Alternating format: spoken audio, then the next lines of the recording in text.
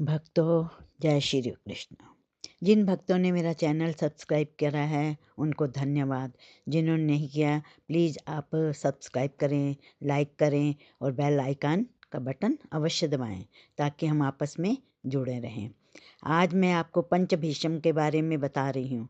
जो भक्त किसी कारण पूरे महीने स्नान नहीं कर सके तो वह प्रबोधनी एकादशी, जिसे देव उठानी एकादशी भी कहते हैं, उस दिन से पूर्णिमा तक स्नान कर पंचभीषम की कथा सुन लेते हैं। उन्हें भी पूरे महीने का स्नान का फल मिल जाता है। इस दिन तुलसी जी के पास अखंड दीपक जलाना चाहिए, जिसे बाद में पानी में बहा देना चाहिए। पंचभीषम की कथा। एक साहूकार के बेटे की बहू थी जो बहुत सुबह उठकर कार्तिक के महीने में रोजाना गंगा जी की नहाने जाती। प्राय पुरुष का मुंह नहीं देखती थी।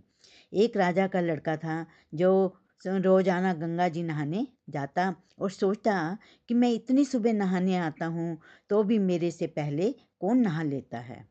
5 दिन कार्तिक के रह गए। उस दिन साहूकार की बहू तो नहा के जा रही थी।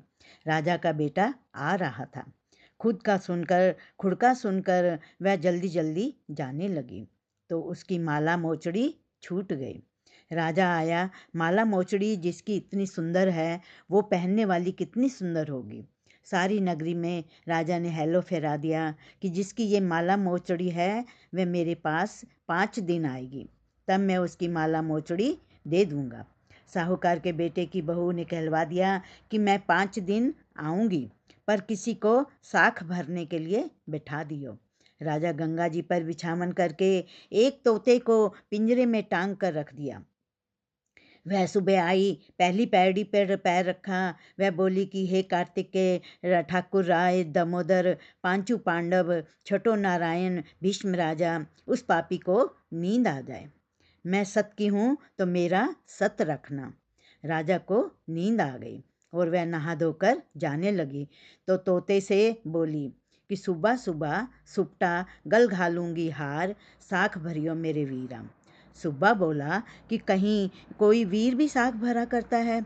जब वह बोली कि सुबह सुबह सुपटा पग घालूंगी नेवर, साख भरियो मेरे देवर। सुब्बे ने कहा अच्छा भाभी, मैं साख भरूंगा। वह तो कहकर चली गई। राजा हड़बड़ाकर उठा, सुब्बे से पूछा कि सुबह सुबह वह आई थी, कैसी थी। सुब्बा बोला आभा की सी बिजली, होली की सी छल, केला सी की कामनी, गुलाब का सा रंग। राजा ने सोचा कि कल मैं अपनी उंगली चीर के बैठ जाऊंगा तो नींद नहीं आएगी। दूसरे दिन उसने उंगली चीर के बैठ गया। वह आई, उसने वैसे ही प्रार्थना करी, बस उसको नींद आ गई। नहा के जाने लगी तो सुबह से साख भरा दी। राजा ने उठते ही फिर सुबह से पूछा तो सुबह ने कल के जैसा ही जवाब दे दिया। उसने सोचा कल तो मैं आँख में मिर्च डालकर बैठ जाऊंगा। तीसरे दिन आँख में मिर्च डालकर बैठ गया। सारी रात हाय हाय करके बिताई। वह आई, उसने वैसे ही प्रार्थना करी। राजा को नींद आ गई। नहा के सुबह से साख भरा के चली गई। राजा ने सोचा कि कल तो मैं कांटों की सेज बिछाकर बैठूंगा। चौथे दिन वह कांटों की सेज पर बैठकर हाय हाय करता रहा, पर जब वह आई उसको नींद आ गई। वह प्रार्थना करके नहा के सुबह से साख भरा के चली गई। 5वें दिन राजा आग जलाकर उसकी राख पर बैठ गया। वह उस दिन भी प्रार्थना करती आई कि आज भी मेरा सत रखियो। राजा को नींद आ गई। उसने सुबह से साख भरा ली और कहा कि उस पापी से कह दियो कि मेरे 5 दिन पूरे हो गए हैं, अब मेरी माला मोचड़ी मेरे घर भेज देना। राजा ने उठते ही सुबह से पूछा कि वह आई थी क्या। सुबह बोला आई थी, अपनी माला मोचड़ी मंगाई है। थोड़ी दिन बाद राजा के कोढ़ निकल आया। त्राही त्राही पुकारने लगा। ब्राह्मणों को बुलाकर पूछा कि सारे शरीर में जलन कैसी लग रही है। ब्राह्मण बोला कि ये कोई पतिव्रता स्त्री का पाप धरा है जिससे लगी है। राजा ने पूछा कि अब कैसे ठीक होगा।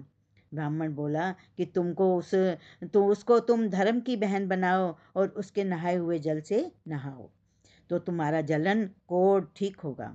राजा माला मोचड़ी लेकर उसके घर गया और साहूकार से बोला कि ये तेरी बहू गंगा पर भूल गई थी, ये उसे दे दो। और कह देना कि अपने नहाए हुए जल से मुझे नहला दे। साहूकार बोला कि वह तो पराये पुरुष का मुंह नहीं देखती, तू इस नाली के नीचे बैठ जा, वह नहाएगी तो तेरे ऊपर पानी पड़ जाएगा। राजा नाली के नीचे बैठ गया। वह नहाए जल गिरने से उसके काया कंचन सी हो गई। हे पंच भिक्षु देवता, जैसे साहूकार की बहू का सत रखा, ऐसे सबका रखियो। कहते सुनते का, हुंकारा भरते का, सारे परिवार का रखियो। पूनो नहाई पड़वा नहाई, पंच रतन पंच तीरथ, पंच भीखम नहाई। आधे का लाई आंवला, आधे की राई, राई दमोदर सांवला, जिसने ये सृष्टि रचाई। राजा के घर उतरी पुत्री बन आई, राजा लाया ब्याह के रानी बन आई। चार चकर चार मकर, चार दिए की लो, मैं तुझसे पूछूं श्री कृष्ण जी, कब निस्तारा होए। जब आएगा कार्तिक का महीना, तब तेरा निस्तारा होए। बोल विष्णु भगवान की जय, बोल पंच भिक्षु देवता की जय।